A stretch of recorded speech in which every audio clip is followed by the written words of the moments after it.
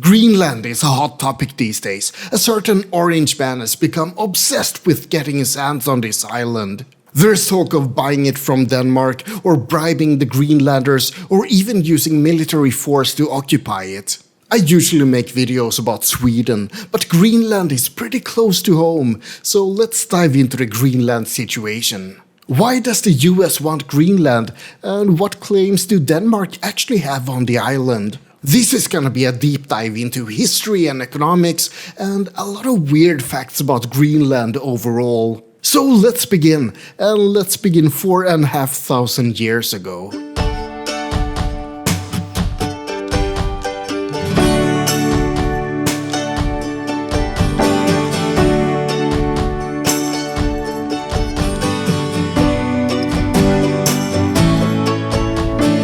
Greenland is a huge island in the Arctic that belongs to Denmark. And when I say huge, I mean huge. It's 2.2 million square kilometers big. Or to put that into units that Americans are more familiar with, that's roughly 300 million football fields. That's more than 20% of the entire size of the United States. Greenland's history starts around the year 2500 BC with the Sakak culture. They were Inuits that migrated to Greenland from North America, and they were joined by other Inuit tribes around 2400 BC. There were likely other people living on Greenland before that, but the Sakak culture is the first known culture. So the first people to live on Greenland were from North America. Does that mean that the US might have a claim on the island? Of course not. First of all, these tribes came from Canada, so if anything, Canada would be the one who could make a claim. And secondly, we know very well that it doesn't matter who was there first. I'm looking at you, America. Yeah, don't even try to bring up that argument unless you want to pack up your bags and move away from North America.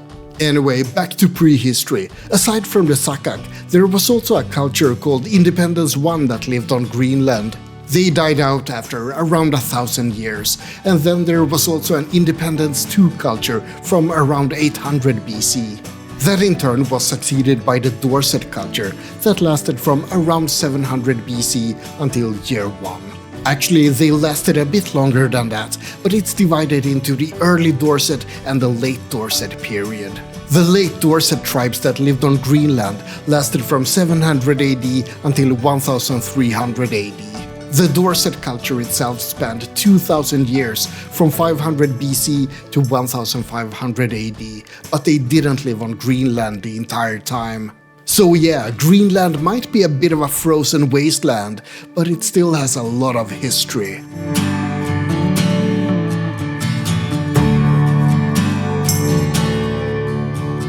I would love to dive more into the Dorset culture and the Sakak and whatnot, but that's not really the focus of this video.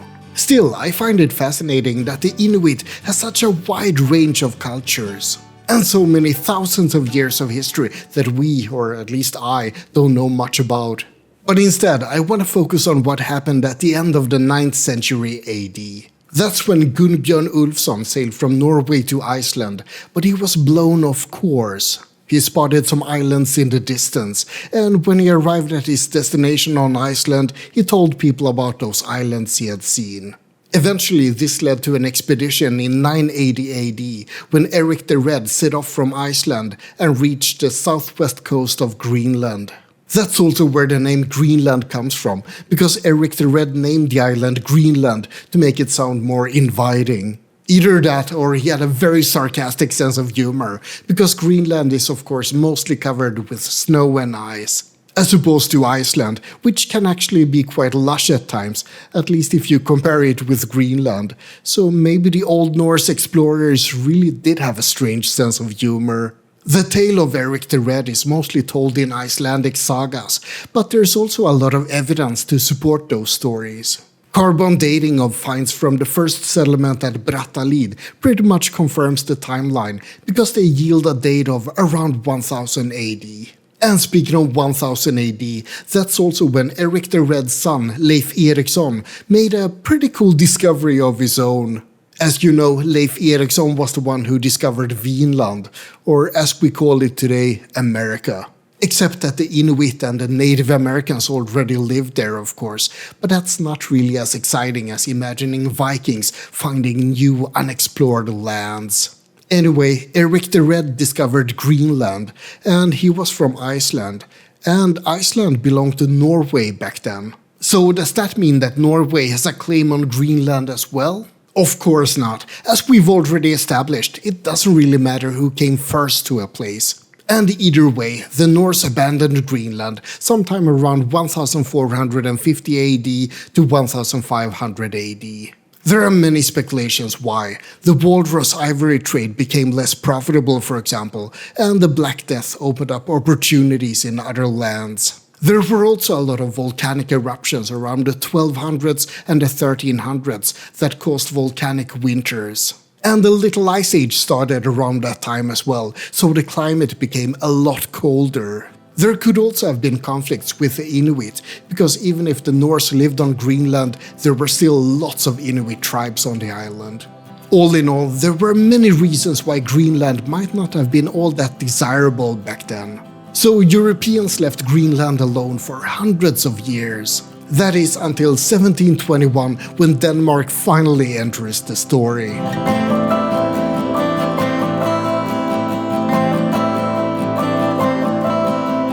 Okay, now we're finally starting to get to modern times and current issues. But before I talk about Denmark's claim to Greenland, let's dive into another important question. Why does the US want Greenland? As I've already mentioned, Greenland is mostly full of ice and snow. You can hunt seals or walruses, but if you're not into blubber or ivory, then there's not really much there, is it? Well, that's not really true.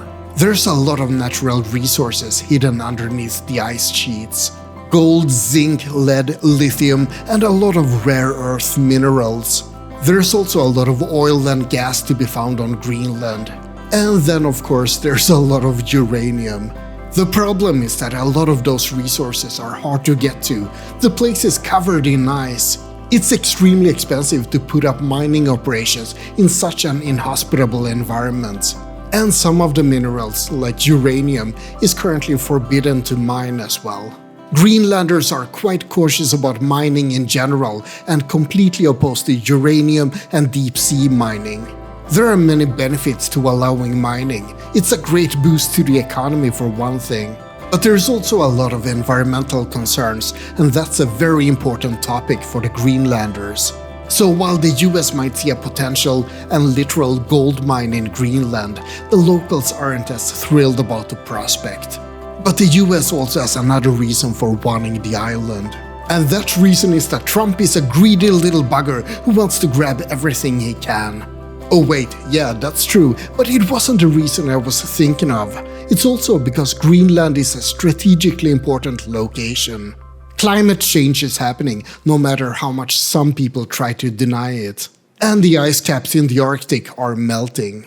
This will reveal new resources that are easier to get to, and it will open up waterways that were previously completely blocked. For hundreds of years, people tried to find the Northwest Passage, a route that would take them from the Atlantic to the Pacific via the Arctic. It was a tricky job because, well, there was ice blocking the way most of the time. It wasn't until 1850 that the explorer McClure found a route, and it wasn't until 1906 that Amundsen sailed through the entire Northwest Passage. Of course, by then the passage was pretty much useless because people had found other shipping routes. But with the melting of the ice, it will open up a lot of new passages and ways to transport goods all across the globe. But not just goods, of course. Troops can also be transported, because a Battle of the Arctic might be coming.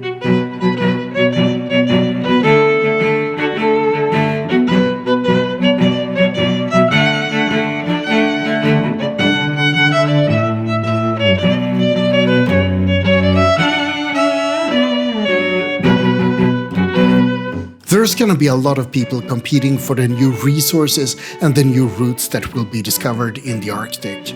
Russia will be there, of course, but also Canada and maybe some of the Nordic countries. And China will also try to get their hands on Arctic resources, possibly in cooperation with Russia. This is the main reason that Trump is so adamant that the US needs Greenland for protection. It's not because Greenland will provide all that much right away, but it's the potential use in the future that's so valuable.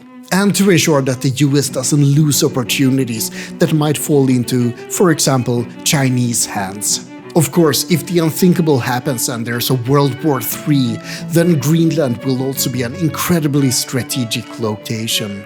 But on the other hand, isn't that why the US already has military bases on Greenland? They already have all the access they might want to strategic locations on Greenland, so that should be enough. But okay, let's get back to a bit more history again. Despite what the US might think, Greenland belongs to Denmark. But how did it become Danish?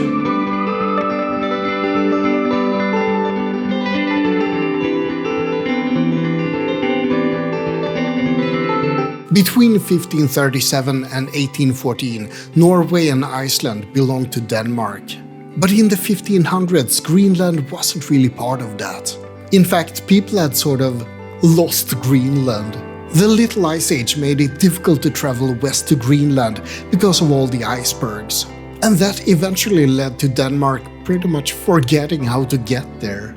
As you know, my opinion about the Danes is that they're all drunk and lazy, so it doesn't really surprise me that they managed to lose a gigantic island like that. My take on it is that they simply got so drunk that they completely forgot about Greenland for hundreds of years.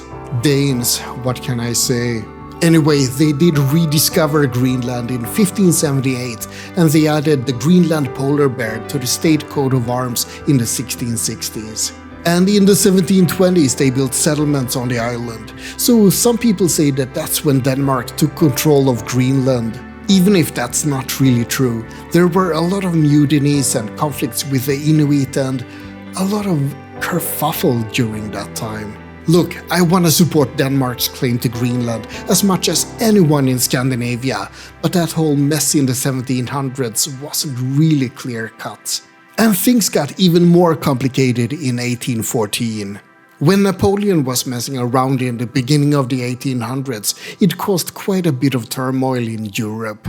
Denmark was fighting on the French side, and Sweden was fighting in a coalition with the UK and other countries. At the Treaty of Kiel in 1814, Sweden, Denmark and the UK basically played a game of go fish with various territories that were passed around. Heligoland, which was Danish back then, was passed on to the UK. Norway was also passed on from Denmark to Sweden, and Sweden gave away Swedish Pomerania to Denmark. Greenland, Iceland and the Faroe Islands belonged to Norway at this time, but Denmark demanded that they remain under Danish control. And Greenland was indeed properly Danish by now. It was even contested by Norway in 1933, but nope, it was ruled that Greenland belongs to Denmark. Speaking of Norway, the handover to Sweden didn't really work out as planned. Norway declared their independence and elected a king of their own, and that made Sweden a bit miffed. Since Sweden didn't feel that they got Norway, they didn't want to hand over Swedish Pomerania to Denmark. Instead, Swedish Pomerania was handed over to Prussia at the Congress of Vienna in 1815. Norway couldn't completely break free of Sweden though, so the two countries entered a union in 1814. During this time, Norway was struggling for independence though, so eventually the union was dissolved peacefully in 1905. And speaking of struggling for independence, what do the people of Greenland really think about belonging to Denmark?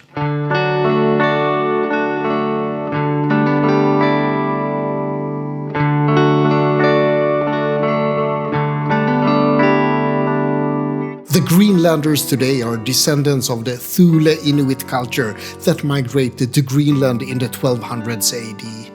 Ever since 1953, Greenland has been a district of Denmark rather than an occupied island. But the Greenlanders have their own very specific culture despite that. They have their own language, their own culture, their own way of life, and they receive a lot of support from Denmark. Denmark supplies a grant of around $600 million per year to Greenland, and they also get a lot of other subsidies. And they've also been given a path to independence whenever they choose to invoke it. In 2009, a self-rule law was introduced that allows Greenland to become independent anytime they want, as long as it's approved by a referendum.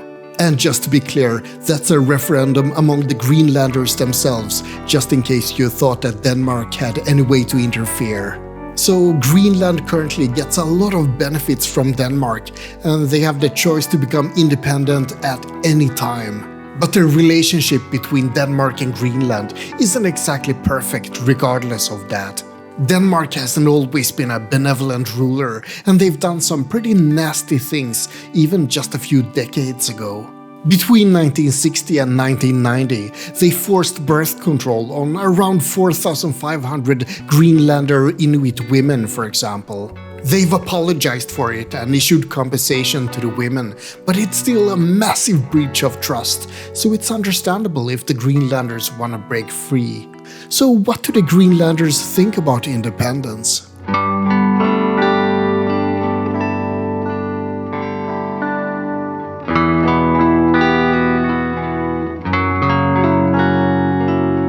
In 2016, there was a poll that showed that 64% of Greenlanders would like to become independent. But that was just a poll, not a referendum. Because in 2017, another poll showed that 78% of Greenlanders would oppose independence if it meant that they get a lower standard of living. In 2019, yet another poll showed that 67.8% of Greenlanders support independence within the next 2 decades. And then in 2025, there were a couple of other polls. 84% of Greenlanders would support independence from Denmark. But only 39% supports it if it means a lower standard of living. It seems pretty clear what the Greenlanders want, in other words. They want to eat the cake and have it too. Unfortunately, it is pretty difficult to become independent if you're just 50,000 people on a huge chunk of ice if you don't get support from another country. So what about the US? Maybe Greenlanders would like to be part of the US instead. Well, not really. If the choice is between Denmark and the US, 85% of Greenlanders want to remain with Denmark. Only 6% want to join the US. That might be difficult to grasp for people from America, but most Scandinavians really don't want to be part of the US. Not even people living on a cold and miserable island, because we already have it much better than what the US could offer.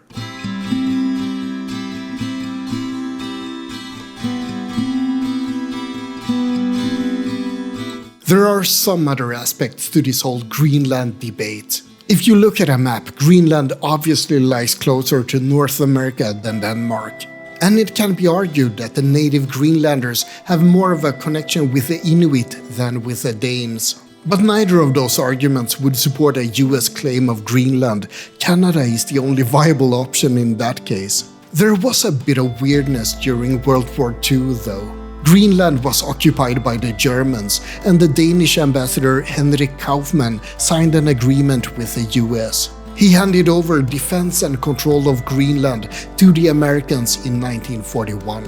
So if you really want to look for loopholes, you could see that as a potential reason for the US to claim Greenland. But on the other hand, immediately after Kaufmann signed the agreement, the Danish government was shocked. They recalled Kaufmann from the US and declared the agreement void. But it did lead to America being allowed to place troops on the island and the establishment of American military bases there. And that's really the sad thing. The US has been allowed to place as many troops and bases as they want on Greenland for the last 70 years. Instead, they've cut down from 30 military bases to just 1 during this time.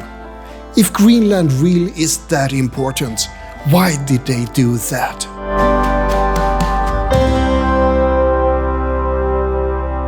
Okay, this has been a pretty deep dive into a lot of different aspects. Greenland belongs to Denmark. They have a history that dates back hundreds of years. And if you include Norse claims, then their relationship between Greenland and Scandinavia dates back more than 1,000 years. Of course, the Inuit have an even closer relationship, but the debate right now is primarily between Denmark and the US. And the US has no right to Greenland at all, unless you believe in the doctrine of might makes right. And annoyingly enough, it seems like a lot of Americans actually think that aggression and oppression is a proper way to behave. I shouldn't really have to point out why that is ethically and morally wrong. It's wrong for the same reason that I don't punch a child, even if that child has a lot of yummy candy that I want. It's barbaric behavior and it doesn't belong in a civilized world. And that's of course the same reason that I despise Russia and all that it's doing right now.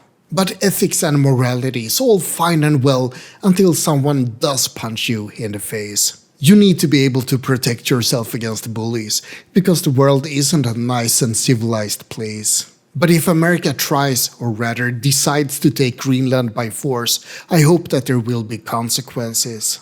I'm not saying that I want war, but at the same time it's completely unacceptable to allow someone to invade sovereign territory. Europe has expressed a united support for Denmark in this matter. Even Sweden. We might joke about our drunken lazy neighbor, but it's our drunken lazy neighbor.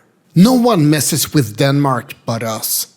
And there's also the question of what it would do to NATO and what Russia or China might do afterwards. Maybe there will be a military conflict on Greenland, or maybe things can be resolved in other ways. That's up to wiser people than me. But I think that it's sad that none of that wisdom is coming from the White House these days. A certain orange buffoon is playing with fire for the whole world when he's thinking of grabbing Greenland. Anyway, that's all I have to say about this whole Greenland situation, for now at least. I hope you found it interesting. Like and subscribe, but most importantly, have a great day.